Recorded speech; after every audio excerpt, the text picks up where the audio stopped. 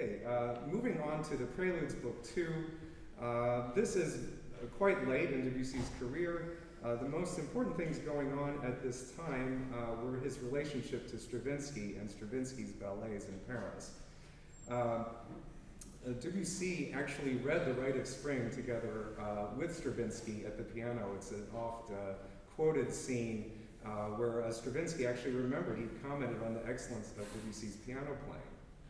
And Debussy actually was in conservatoire for 11 years, and he excelled both at the piano and in composition. He knew the piano intimately, as you will be able to hear very easily through all of these pieces. You can hear some of Stravinsky's way of putting musical materials together, and also a lot of details of his harmonic style. For example, he'll use polychords, which are multiple chords. For instance, this chord, and this chord, and he'll sound them at the same time. More on this to follow. This is an image of the autograph of the very opening. This is the first piece called Brouillard, which means fog or mists. All of Book 2 of the Preludes was notated in his manuscript on 3 staves. So that's a kind of an increase in layers of complexity over Book 1, and it indicates more of a virtuosic, more of an orchestral, perhaps, sense of piano sound and sonority. It's an interesting thing to play the complete book of Preludes. More often you hear these pieces excerpted, but I think it's an opportunity to hear how one piece leads into another and how he paces connections of moods and even harmonies from one to another. So the first piece, as I said, was called Brouillard. This is a painting by Whistler. Whistler was one of the important artists at this time who was using musical titles for his paintings. For instance, nocturnes. A lot of Whistler paintings are called nocturnes, and Debussy's own orchestral nocturnes were in fact inspired by Whistler. The fog is achieved through the music by the clash between the white keys and the black keys. A lot of pieces we like to be able to tell you what key they're in, and what happens here is the left hand is on the white, and the black keys is the right hand. And he puts them together. It's as if he's somewhere between C and C sharp.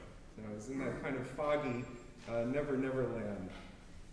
And the play between the white keys and black keys of the piano is a theme that will really dominate the entirety of this set of preludes. Another aspect of piano sound that Debussy really loved was the sound of a single bass note sustained. So there's a great moment at the return. You have a harmony like this, and then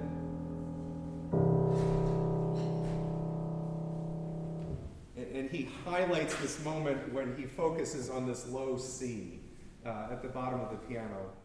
The second piece, called Feuilles Mortes, we have lots of these around right now. It's an autumnal season. It means dead leaves.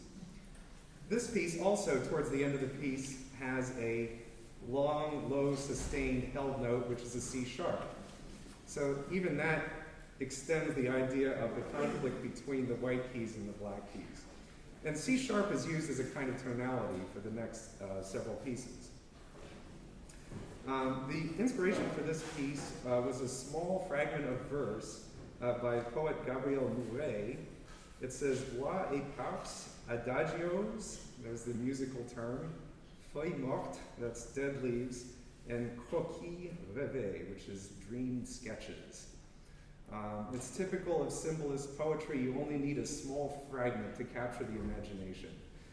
We studied some German poetry in one of our classes where reading the rest of the poem really changed the way you think about the piece. But the symbolists, I think, not so much. They like a small fragment and then just take that as an idea and then develop a clever association out of it. The third piece is called La Puerta del Vino.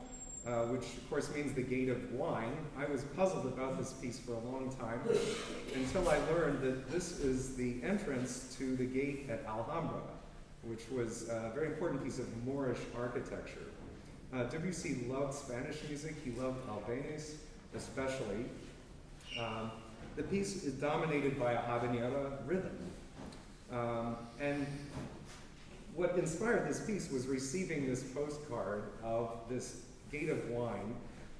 We don't know, it may have been the pianist Viñes, it may have been Manuel de Falla, the composer, but he got it and he said, this is fantastic, I'm going to make something out of this. So this is a very fiery piece. It's got a habanera rhythm throughout, and he says that you're supposed to play it with violent extremes of dynamics and passion, which is very much in the Spanish style. Even though the dynamics are bigger, though, the atmosphere is still very, very exotic. Even more exotic and ethereal is the fourth piece, which is called Les Fées sont d'exquises danseuses, which means fairies are exquisite dancers. And this is a direct quote from J.M. Barrie's Peter Pan in Kensington Garden. And what you see here are little fairies that are dancing on spider webs. So it is the most delicate and ethereal possible image.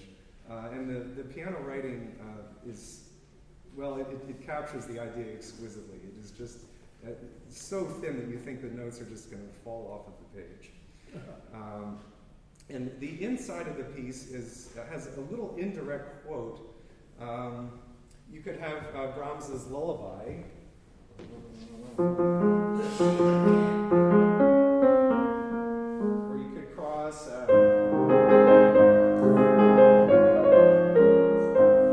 Liebeslieder waltz. And Debussy does something kind of in between that.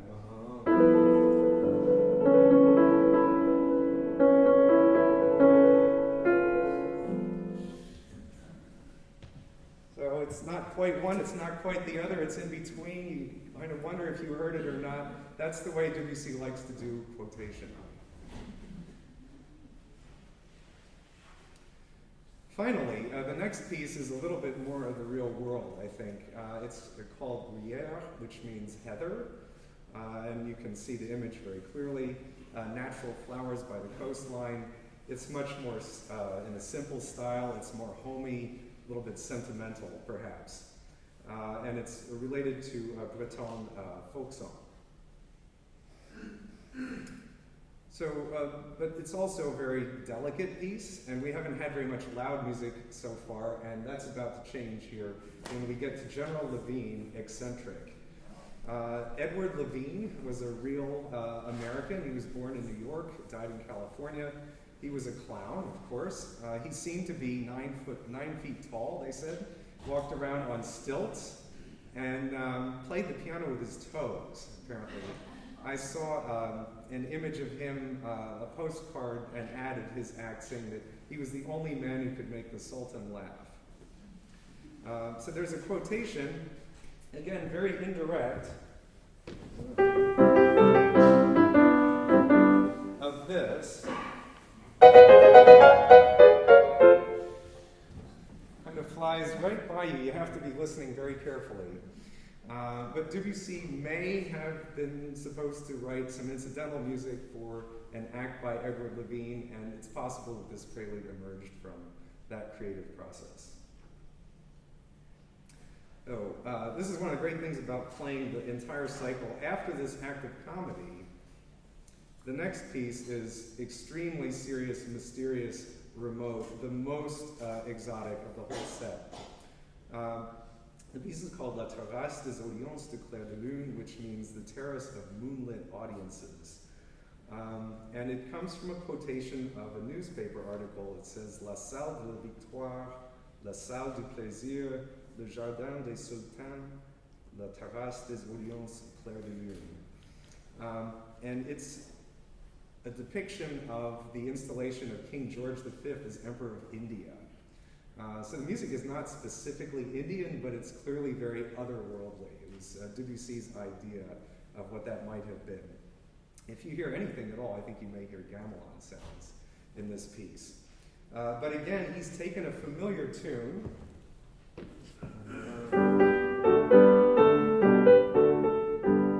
a children's tune, and he twists it in his own way.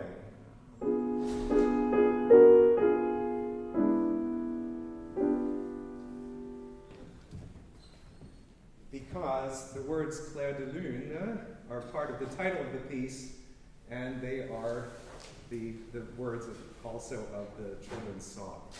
So it's not so much that there's any rational relationship, it's just the flow of the language, which is a very symbolist way of thinking. The next piece is called Ondine, which is about an Ondine, which is, you can think of Disney's Little Mermaid. It's a water sprite who has an immortal soul that has to come out of the water, and then there's a love relationship with a human being that can't really ever work properly, and thereby hangs the tension of the story. For Debussy, you can hear a little bit of, it's a very sectional approach to the tale. It doesn't lay it out as specifically as Ravel does, for instance, in his Ondine. But you get a lot of watery imagery, and you get a lot of tension from the piece. Again, the ultimate contrast with this exotic, watery other world is the Pickwick Papers. And this, Debussy loved English humor. And this is his homage to S. Pickwick Esquire.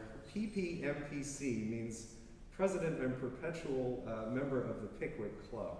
So this is somebody who didn't have a lot of brains, but took his ideas very seriously. There's a quote of God Save the Queen, which is so blindingly obvious I will not need to play that for you. And it's a deliberately absurd piece that is intended simply to make you laugh, I think. Again, the opposite end of the extreme from this world of comedy is the canopic jar. Debussy had one of these on his desk. It's related to, similar to the head of Osiris. It's an Egyptian death cult, basically. So this prelude, which is very, very sparse, very, very slow, it's, I think it's a kind of meditation on death. And this is around the time when Debussy had contracted his rectal cancer that took his life not long after this. The last two pieces, in fact, have no images, or this piece doesn't have any image to it at all. It's simply called Les tierces alternées, which means alternating thirds. And you can probably even see them just looking at the manuscript. It's a toccata for alternating thirds. It's all about the piano and piano technique. So it is really paving the way towards the etudes, which are his last solo piano composition. This piece, I think, especially recalls the world of Couperin and Rameau, the harpsichord composers. And the last one is called Feu d'artifice, which means fireworks. This is one of the most absurd of them all. It's quite a lot like the General Levine, in that it's very exhibitionistic. It showcases pianistic virtuosity almost at the exclusion of specific musical content. And it just absolutely delights in the exploration of piano sonority. And there's a game of finding notes. To me, it's like a frog trying to capture a bug. It's just these little plays of light. It's very exciting. I may miss a lot of the notes, but that's okay, because it's like General Levine. If you're on the stage and you're the cloud, you have to be vulnerable and kind of see what happens. Otherwise, it's not fun. At the end of this piece, again, I will give away the secret to you. There is, you see the French flag here in the Eiffel Tower, and there's a little, again, distorted quotation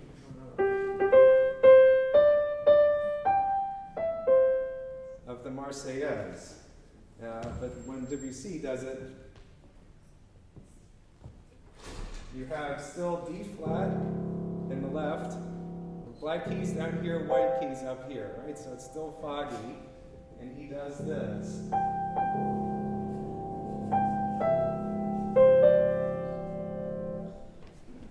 So that's his distorted kind of code version of the Marseillaise, and that's when you can celebrate at the end.